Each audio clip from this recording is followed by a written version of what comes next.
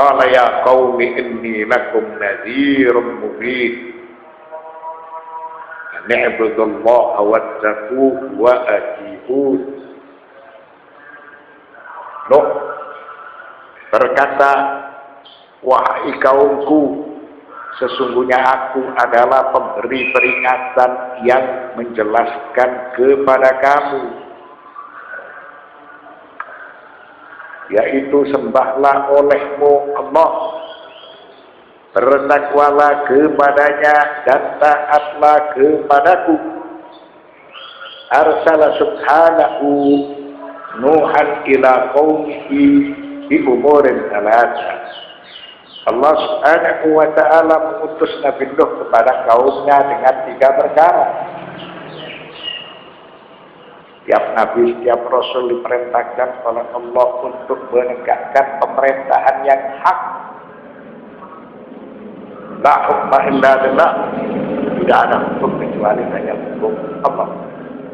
Siapapun dia, bahkan diawali dari zaman Nuh alaihissalam. Yang pertama, Allah memerintahkan kepada Nuh supaya Nabi Nuh melarang kaumnya untuk menyembah berhala dan supaya mereka menyembah kepada Tuhan yang esa. Berarti memiliki keyakinan yang benar, yaitu menyembah kepada Allah yang esa, itu harus disertai dengan perilaku yang benar. Perilaku yang benar adalah syariat yang diturunkan oleh Allah Subhanahu wa ta'ala, berupa hukum-hukum yang meliputi perintah-perintah Allah serta larangan-larangan Allah. Yang kedua, agar supaya mereka melakukan kebajikan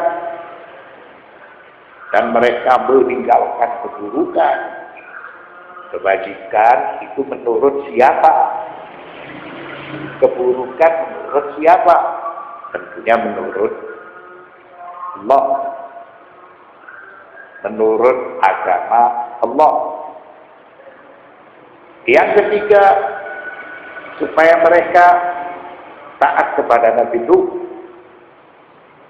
karena dia adalah seorang Rasul yang diberi mandat untuk menjelaskan segala sesuatu yang dikehendaki oleh Allah berupa perintah-perintah Allah dan larangan-larangan Allah.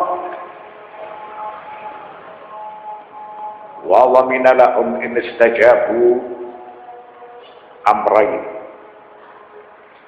Al-awwal yaghfir lakum min dunubikum. Lalu Nabi Nuh alaihissalam memberikan jaminan kepada mereka apabila mereka menerima 3 perkara itu, maka mereka akan diberi 2 perkara. Yang pertama, yaghfir lakum min dunubikum. Niscaya Allah Subhanahu wa ta'ala akan mengampuni sebagian dosa-dosamu allati iqtaraftumuha qablal imani. Perbuatan dosa yang mereka lakukan sebelum mereka beriman. Nah, mereka ketika itu tidak mengetahui batas-batas larangan-larangan yang telah dilarang oleh Allah Subhanahu wa ta'ala. Wa limadha? Li'anna al-imana yajubbu ma qablahu. Karena iman itu bisa membersihkan dosa, bisa menghilangkan semua kesalahan sebelumnya. Amma dzunubul lati irtakabuha ba'dal imani wa innahum mas'uluna anha. Adapun perbuatan dosa yang mereka lakukan setelah mereka percaya kepada Allah, setelah mereka beriman, maka tetap mereka harus bertanggung jawab. Kenapa? Karena Allah Subhanahu wa ta'ala sudah menjelaskan batas-batas bagi manusia, apa yang dinamakan perintah-perintah Allah serta apa yang dinamakan larangan-larangan Allah. Dan setelah bukti itu ditegakkan, maka harus taslim, harus menerima. Wa hadza ma tu'mi ilaihi kalimatu min dunubikum. Itulah merupakan arti dari firman Allah Subhanahu wa ta'ala, yaghfir lakum min dunubikum, niscaya Allah akan mengampuni sebagian dosa-dosamu. Sebagian dosa dihilangkan karena dia ketika itu percaya, maka percaya, yakin, iman bisa menghilangkan perbuatan dosa sebelum dia beriman. Adapun perbuatan dosa yang dia lakukan setelah dia percaya, dia beriman, maka dia harus bertanggung jawab atas kesalahan atau perbuatan dosa yang dilakukan olehnya. Al-amru tsani wa yu'akhirkum ila ajalin musamma inna ajalallahi idza jaa la yu'akhkharu law kuntum ta'lamun. Dan menangguhkan kamu sampai kepada waktu yang ditentukan. Sesungguhnya ketetapan Allah apabila telah datang tidak dapat ditangguhkan kalau kamu mengetahui. Ini perkara kedua yang diberikan apabila mereka beriman dengan ajakan Nabi Nuh. Apabila kamu beriman kepada Allah, maka Allah Subhanahu wa ta'ala akan menanggalkan siksaan darimu. Kamu tidak akan dimusnahkan dengan tufan. Kamu tidak akan dimusnahkan dengan bencana yang lain.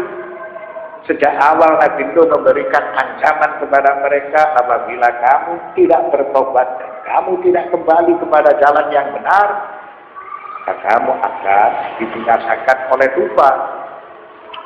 Wa yumhilukum hatta tastawfu al-'umrat bihi. Dan Allah Subhanahu wa ta'ala memberikan kesempatan pada diri kamu semua sehingga kamu bisa menikmati kehidupan sampai pada batas waktu yang ditentukan. Batas waktu yang ditentukan itu dalam bahasa Arab mata'ala hadfi adwih. Dia mati berakhir sampai kapan? Menghembuskan nafasnya yang terakhir itu mati secara tabi'i. Jadi apa mati secara tabi'i? Mata'ala hadfi adwih. Mati secara tabi'i itu apabila seseorang mati dengan menghembuskan nafas terakhir. Itu disebut mati secara tabi'i. Wa yu'ajjalu hisabu man yadnabu minkum ila yaumil qiyamah. Dan Allah Subhanahu wa ta'ala akan menunda, tidak akan membinasakan ketika berada di alam dunia. Peluang kesempatan itu diberikan bagi orang-orang yang berdosa supaya mereka bertaubat. Namun sebaliknya apabila mereka ketika itu tidak kembali kepada jalan yang benar, tidak beriman kepada Allah, maka mereka akan dibinasakan dengan tufan atau dibinasakan dengan siksaan yang lain. Dan mereka tidak diberi umur panjang sehingga mereka tidak ada kesempatan untuk bertobat. Wa illa ajjala lakum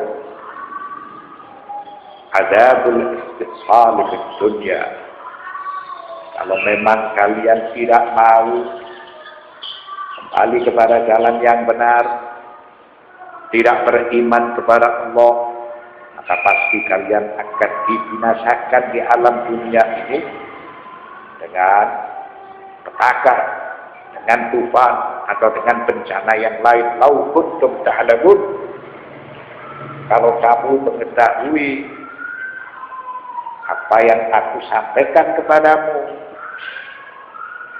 ai annallaha laysa bighafilin amma ya'malul zalimun, karena Allah Subhanahu wa ta'ala tidak akan lupa dari perbuatan yang dilakukan oleh orang-orang yang zalim.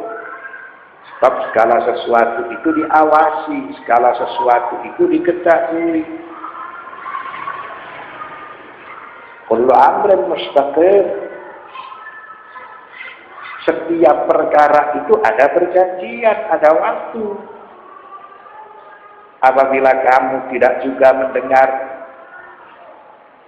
peringatan yang aku berikan kepada kalian, perjanjian itu pasti datang. Kalian akan dimusnahkan oleh Tuhan. Wassallallahu ala sayyidina Muhammadin wa ala at-tayyibin at-tahirin walhamdulillahi rabbil alamin.